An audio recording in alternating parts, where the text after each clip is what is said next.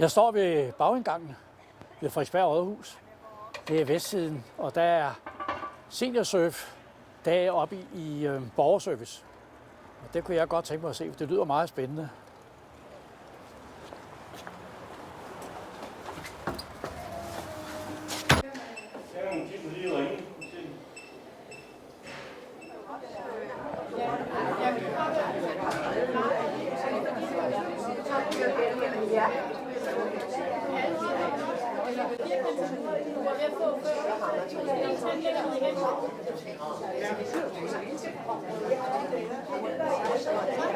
Jeg står sammen med Erik Kjær, IT-koordinator på Ældresagen i Frederiksberg, og så kunne jeg godt tænke mig at vide, hvorfor er vi her i dag?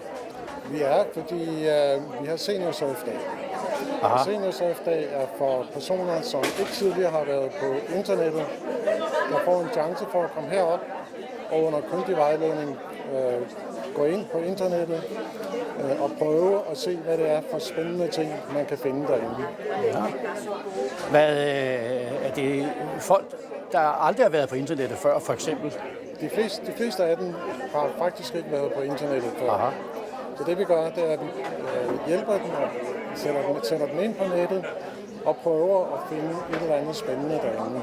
Samtidig er der en konkurrence, hvor man har mulighed for at vinde præmier, og der hjælper vi folk med at udfylde og få sendt formularerne ind. Hvad er det for en konkurrence? Det er en skattejagt. Men folk kommer også med specielle spørgsmål og vil gerne have hjælp til, hvordan bruger vi NemID. Og der er vi så heldige, at vi har kommunen her, så de kan hjælpe med at gå ind på netbank og andre personlige sider. Ja, NemID, det er jo noget af det meget vigtige for tiden. Ja, det kan vi jo mærke, at der er virkelig interesse for det. Du er formand for Ældresagen på Frederiksberg. Ja, det er. Hvordan synes du, det går i dag her til det her borgermøde? Så det her arrangement her, så synes jeg, det er helt overdådigt. Jeg var her, da klokken var lige godt 9:30, og der var den første på vej. Aha. Og så har jeg lige været væk en halv times tid. Nu siger jeg, nu er det næsten overfyldt. Så man kan kun kalde det en succes. Ja, det må jeg sige. Tror du kan, eller tror du ikke kan, så har du sandsynligvis ret. Sådan sagde Henrik Ford for rigtig mange år siden, men citatet passer jo faktisk rigtig godt til i dag. Jeg håber, I alle sammen tror på, at I kan. Jeg tror i hvert fald på, at I i løbet af dagen får lyst til at lære mere om internettet. For hvis I tror på det, ja, så er det vigtigste og største skridt jo allerede taget.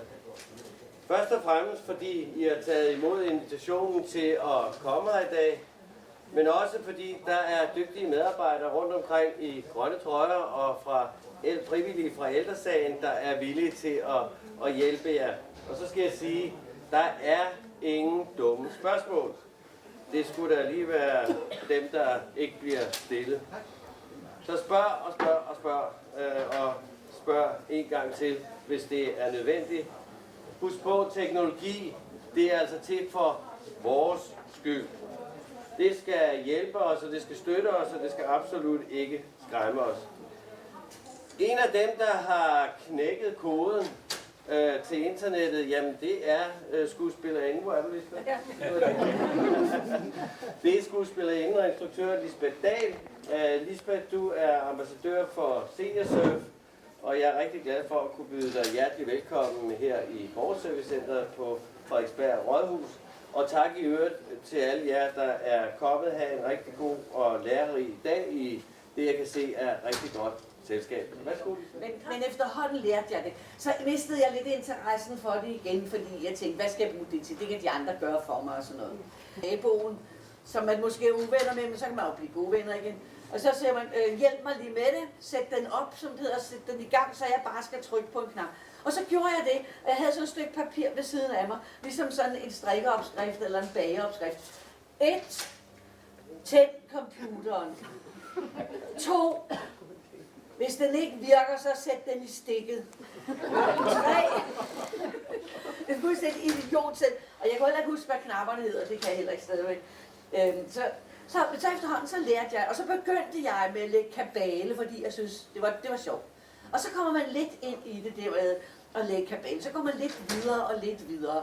Og ja, i dag kan jeg ikke ret meget på en computer.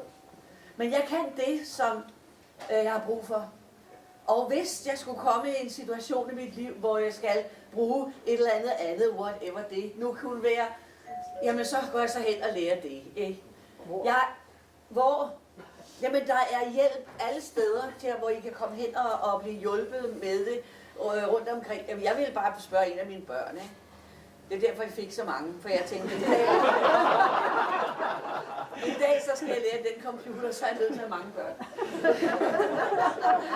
Nej, men der er jo hjælp her på borgerservice, og der er hjælp også andre steder. På bibliotekerne er der også hjælper, hvor I kan gå ind. Og på ældresagen er der også. Der er masser af steder at gå hen. Og når man sidder med computeren, ikke, fordi I synes sikkert også, det er sindssygt svært og farligt og sådan noget, gør I ikke?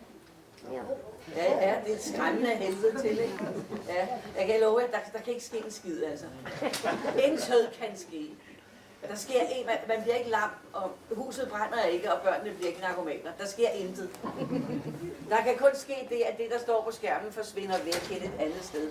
Og så må der komme nogen, der er klogere at finde det frem igen. For et eller andet sted er det. Altså. Det virker, fordi det er ligesom så uendeligt, så virker det skræmmende. Men det er kun skræmmende. Det er ligesom at lære at køre på cykel. Vi skal bare lige op og finde balancen. Når man får balancen, så kører det bare derudad. Jeg kan 5 ting på den computer. Altså, og det er det, jeg har brug for. Jeg har min mail der, jeg har min poster, jeg har, hvad irriterende, den lyd, kan ikke godt høre, hvad jeg har kunnet det. Og så har jeg kan aldrig huske, hvad det er, jeg har, så har jeg netbank, har jeg, og NemID, som var et helvede at installere. Jeg kan ikke fatte, hvorfor det skal være så sindssygt svært at installere NemID. Altså virkelig åndssvagt. Nå, men, og så det er jo skønt, at man kan gå på nettet om natten, ikke? Og betale sine regninger, det er jo fantastisk. Og så er det gratis, det er ligesom noget, man kan forstå, ikke?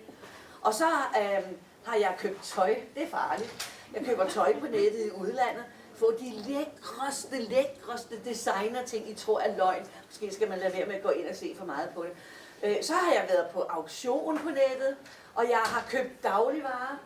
Det er altså rigtig sjovt og rigtig nemt. Det er jo med computer, så altså, de fortæller jer jo bare, hvad I skal gøre. Man skal bare lære at gå hen og læse de rigtige steder. Og det er ved at blive så utålmodig.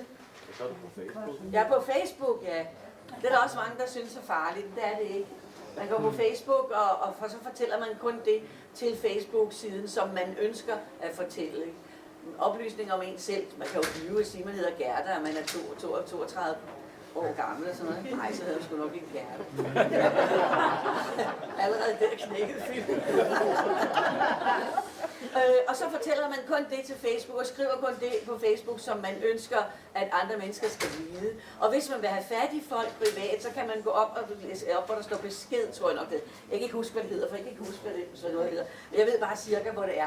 Og så går man derind, og så skriver man privat med folk. Jeg har fået arbejde gennem Facebook. Nogen, der står, kommer ned til Gran Canaria og holder foredrag. Gud ja, det kunne jeg da godt finde på, ikke sådan noget. Det var før dejligt. Nå. Jamen, jeg kommer jo afsted. Ikke? Det er altså, og man kan finde gamle kammerater, altså skolekammerater. Jeg har fundet en pige, jeg kunne kende hendes navn, jeg skriver til hende, og jeg passede dig, da du var lille. Og hun skriver, ja, det er rigtigt nok. Jeg havde været i huset og passet hende og hendes søskende, og sådan nogle stakkels mennesker i Bagsværd. Jamen, de fik jo aldrig rent tøj og vasket de gulv i den tid, jeg var der, men altså. Det holdt af mig alligevel, ikke? Men man kommer i kontakt med så mange mennesker, og det er ikke farligt, og de kan ikke gå ind og se alting, hvad man har på sin computer overhovedet. Ja, altså jeg kan kun sige til jer, at hvis der er nogen, der synes, eller siger bare en sætning i retning af, ja, det er lidt indviklet, det er det altså også kun i begyndelsen. Men lige så snart I lige når så kan man en slags, så kan man en slags. Der er masser af ting, jeg ikke kan. Og jeg er da ligeglad, altså. Og hvis der går virus, som de også nogle gange siger til mig, hvad så med virus? Jamen, så tager jeg min maskine, og så går jeg hen til nogle kloge, og så siger jeg, lav det. Så. Og hurtigt, ikke for jeg skal have den. Så jeg kan kun sige til jer, det er sjovt, det er skægt, man kan spille spil, bubble shooter, det er enormt sjovt. Så det er kun at gå i gang med det. Og man behøver ikke kunne ret meget, man skal bare lige kunne de der første 5 ting. Ja.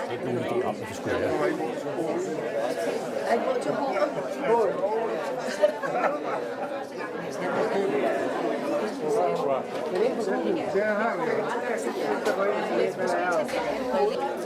Så kan du skrive alt. Så kan jeg skrive alt. Ja, og der kan du finde alt. Det er ligesom en ordbog. Ja, det vil sige, at jeg skal bare skrive Google deroppe i feltet. Jeg skriver Ja, så kommer det frem. Lisbeth Dahl, må jeg spørge om noget? Ja, selvfølgelig.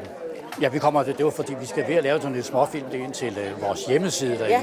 Og nu var det jo på det, og så havde jeg måske ikke meget spørgsmål, for jeg er ikke rigtig forberedt på at snakke. Du sagde en hel masse om, hvad du ikke kunne. Ja. Eller sagde du lidt om, hvad du kunne.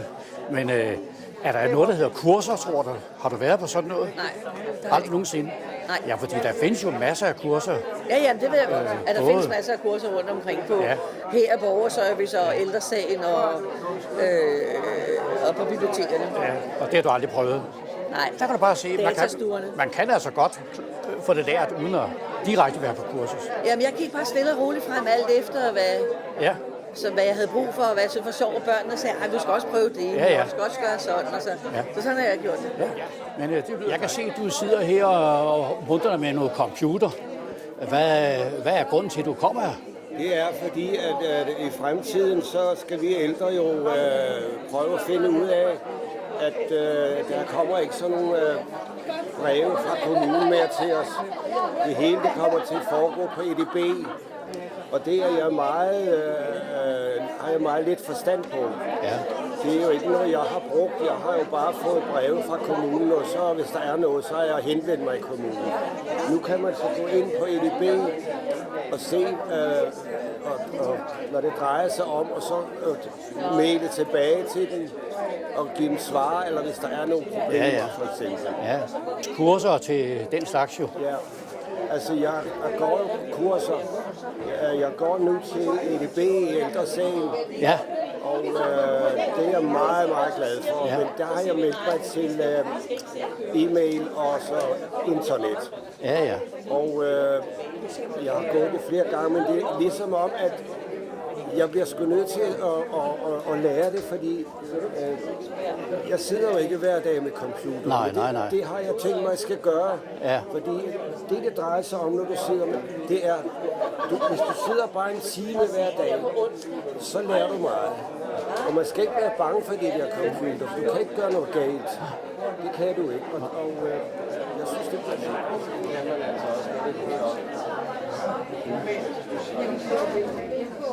Det er lidt fristende. Før. Han har talt før. Er det ham? Og sætte mikrofonen op til dem.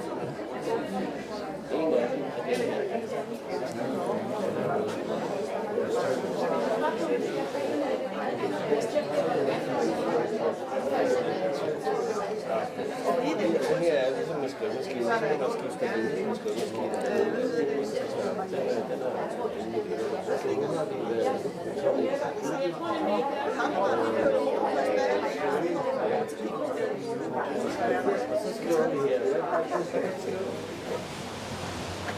Der er også seniorsurfdag i dag på Frederiksberg Allé nummer 29, og det foregår i ældresagen Frederiksbergs undervisningslokaler, og der vil jeg ind og se, hvordan det skal se ud der.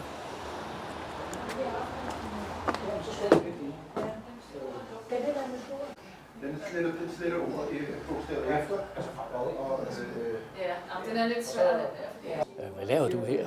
Jamen, jeg kommer fra Frederiksberg Kommune. Ja. Jeg sidder i Borgerservicecenteret Aha, i vores folkeregister. ja, Vi er kommet herned for at hjælpe ja, med hjælpesagen for at hjælpe dem med at bruge Borger.dk og deres NemID og Ja, fortælle lidt om de løsninger, der findes til. ja, for vi er jo nede i de der undervisningslokaler for Frederiksberg-afdelingen for ældresagen, ikke? Ja, det er vi. Og der er du ligesom været med i grund af den der seniorsurfdag, ikke? Jo, lige præcis. Ja. Og der har vi blevet spurgt, om vi vil komme herned og hjælpe Ja, med at udbrede Borger.dk og al Ja, den ja. selvbetjening, man nu kan gøre over nettet. Ja. Og gøre, at de ældre måske bliver lidt mere sikre i at bruge det. ja. Jamen, så vil jeg da spørge dig. Ja. Er du allerede halvvejs sikker? Nej, Nå, det er du ikke. jeg er en ren novice til det her. Ja, men lyder det spændende? Ja, men jeg vil så gerne. Jamen, så tror jeg. Så bliver vi jo helt. Ja, det er jo sådan noget helt andet. Vi er pisket til det, vi vil eller ej. Ja, helt sikkert. Så der er nogle gange, det kan være rart at få piske, jo selvfølgelig. Det er dejligt, hvis rigtig lysten ville komme. Ja, men jeg tror, den kommer lige så snart man kommer.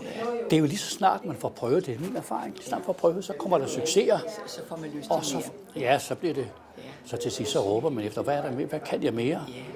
Hvad, har du computer og sådan noget selv? Jeg har en computer, ja. Du har den? Ja. Og jeg har gået til et kursus før, og jeg måtte indrømme, det kede mig lidt. Nå. Det skal det altså ikke have lov til denne gang. Nej. Men det kan også være, så ved du lidt mere, når du så kommer i gang, så ved du lidt mere. Men ikke ret meget. Nej, men det kommer Men jeg hurtigt. vil gerne. Jeg har det lidt med, jeg tror også, det var Lisbeth Dahl, der sagde op på Rådhus i dag, så sagde hun også lidt andet med, når man først har lært at cykle, så glemmer man det aldrig. Der er noget, Og det kan være nogle af de samme ting, der gør sig gældende. Det er rigtigt. Jeg tror ikke, det bliver sjovt. Vi er mange ældre, det fanger os ikke, men vi vil gerne. Ja, Vi vil så gerne, for vi det er rigtigt. jo klar over, vi er i ny tid. jeg har også et lille problem.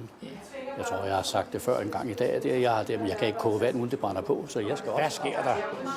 Jamen, der sker det samme, som der sker på Rådhuset, vil jeg tro. Vi snakker om de almindelige ting. Vi har på flere computerne sat op, så de starter med denne her skattejagt. Ja, ja. Og så har vi ældresagens kursus, e-læringskursus har vi sat op på nogle enkelte computere, så folk kan gå direkte i gang med at bruge det. Og det har da været meget stor succes. Ja.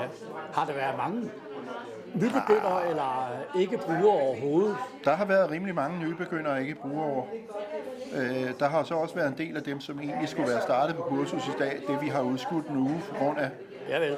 Jeg tror, at næsten alle de skulle have været på et nybegynderkursus, har været forbi og kigge på computerne. Ja. Du vil godt betegne så en dag at være en succeshistorie? Ja, det er helt sikkert en succeshistorie. Ja.